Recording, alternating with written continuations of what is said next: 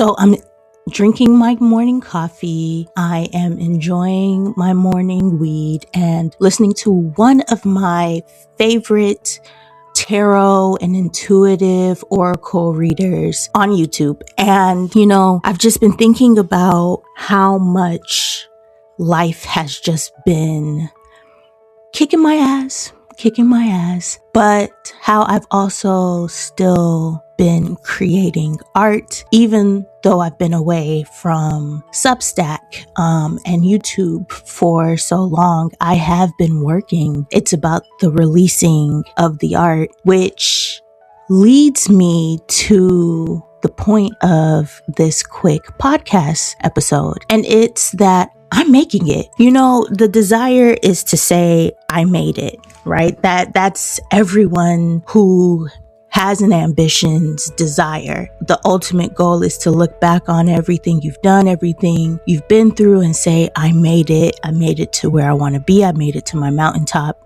But I think we don't pay enough attention, or at least not until this morning spiritual reflection and meditation did I just have to stop putting the pressure on myself about the word consistency, because consistency, when you are trying, you as in I am trying to transcend this capitalistic framework for my ministry, my creativity, my what I do with my creative gifts.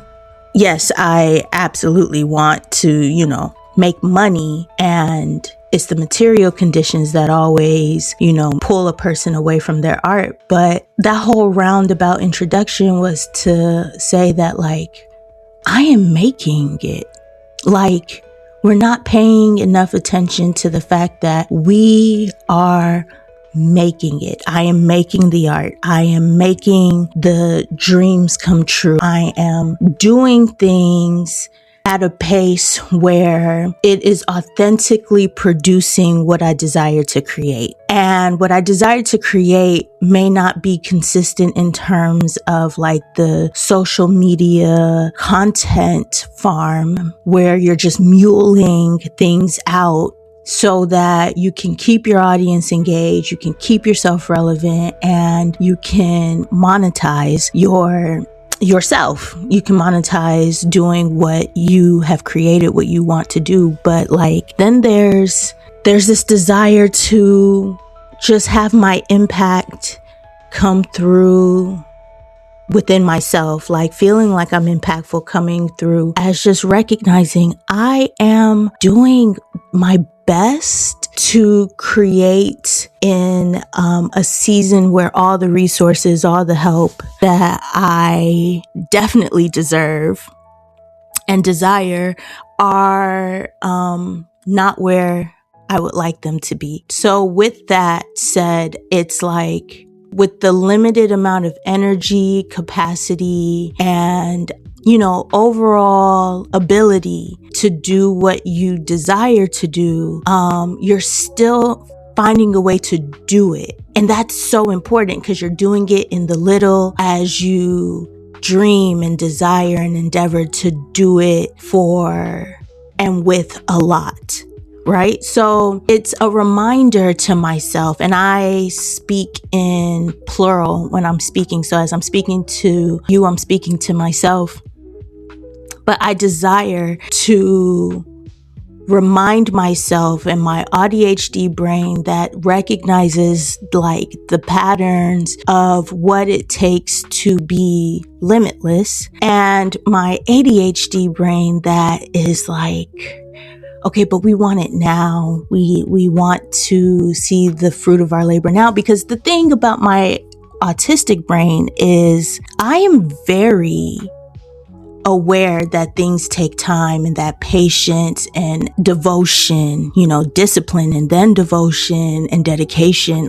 I know what grit is, and it's all of this spiraled from listening to Kate, that's the name of the reader, being Kate on all social media platforms. It was while listening to her reading about being the star and having the yes from the spirit to just pursue what you want and like create the world that you want to live in. I was doing what I always do, reflecting on my shame spiral, like doing the shadow work of like, what does hope and consistency mean to me? And I have healed my wounds around hope, and I'm healing them. And I could tell through this exercise, this meditative, contemplative practice of, working on the epistemology of the words that I use and I believe in and I say about myself, value statements, essentially. In the process of doing that, I also had this flashback, and it was a memory of the devil in my life, who has since gone on to be with their demon lord, telling me that I am lazy. And really, I was just not. I was burnt out and unrealized, like, a gifted kid whose disabilities are overcompensated and masked with the giftedness, and so nobody notices the plight of the eldest daughter in an abusive home. But I was reflecting on that because I'm also doing like character studies and building my main character for one of the novels that I am writing. And I'm trying to define what makes a villain in that world, but also somebody who is born of villainy, and how do they manage their morals, their values, and their ethics while also being faced with a very present material and physical doom. And so within that, it just hit me like, you are so autistic and you're really so ADHD because that man told you were lazy, even with the full backdrop of how much of the worst he was as a subpar human being. And you went and you blazed a trail, like you burrowed through a tunnel of his negative speak towards you. And wow, you've done it and you've hit rock bottom, and you've done it again and you've hit rock bottom, and you've done it again and you've been burnt out, but you keep producing things even when they don't like pop off. You're just like, okay, that was a project. Like, okay, you wrote and self-published poetry and a poetry and prose. I wish I could edit that out, but whatever. Dang, now I'm kind of flustered. A poetry and prose coloring book called With Time, From Grief to Peace. And that is something that I think is really cool. I think it's really awesome to be able to say that I have that, I did that. Did it pop off like Rupi Kaur? No. But was seeing somebody pop off in that way, doing what you desire to do, a really great inspiration and like ignition for me to create something that I spent a lot of time and it was authentic to me. And I got to partner with my sister who drew the art and just like put that out in the world. And it is on people's bookshelves, like it's on mine. That's beautiful. That's art. I am making it. I made that. I made it. I am making it. And I could end right there, but it's like, as I've been away from Substack, I have not stopped thinking about it and like wondering, how can I continue to embody the authentic creator, the autistic spirit within me that wants to always balance the personal with the prophetic and the private with the public. That goes into like my human design environment of valleys, narrow valleys, liminal spaces, communication, my, Virgo Mercury in the 10th house. So I see the connections on a spiritual, metaphysical level. It's just about like not beating myself up for how long it may feel, and it is, not just that it seems. Like I'm not gaslighting myself about what making it and what made it is in the material.